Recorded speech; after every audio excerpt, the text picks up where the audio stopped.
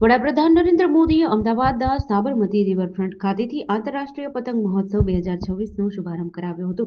આ પ્રસંગે ખાસ અતિથિ તરીકે જર્મનીના ચાન્સેલર ફ્રેડરિક મર્ઝ ઉપસ્થિત રહ્યા હતા. બંને મહાનુભાવોએ પતંગ ચગાવીને આ મહોત્સવનો પ્રારંભ કરાવ્યો હતો, જે ભારત અને જર્મની વચ્ચેના મજબૂત રાજદ્વારી સંબંધો અને મિત્રતાની પ્રતિબદ્ધતા દર્શાવી હતી.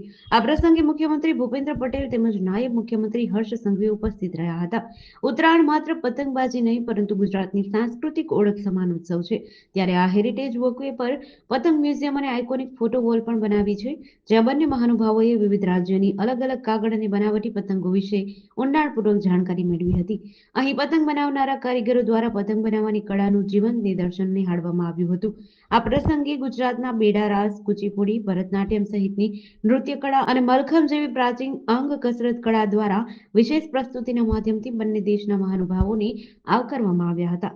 ગુજરાત રાજસ્થાનના કુલ 108 જેટલા કલાકારો દ્વારા આ પ્રસંગે સિતાર, સારંગી, વાયોલિન, મેન્ડોલિન, હાર્મોનિયમ, બાંસુરી, ઢોલક, તબલા, મૃદંગ સહિતના વિવિધ વાદ્યો દ્વારા વંદે માતરમ, વૈષ્ણવ જન તેમજ જર્મન ધૂન વગાડીને ભારત અને જર્મનીની મિત્રતાની પ્રતીતિ કરી હતી.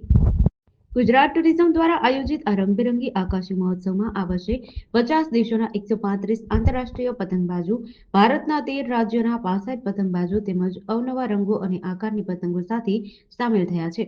આ પ્રકારે ગુજરાતના 16 જિલ્લાઓમાંથી 871 પતંગબાજો પણ ઉપસ્થિત રહી કલાનું પ્રદર્શન કરી રહ્યા છે.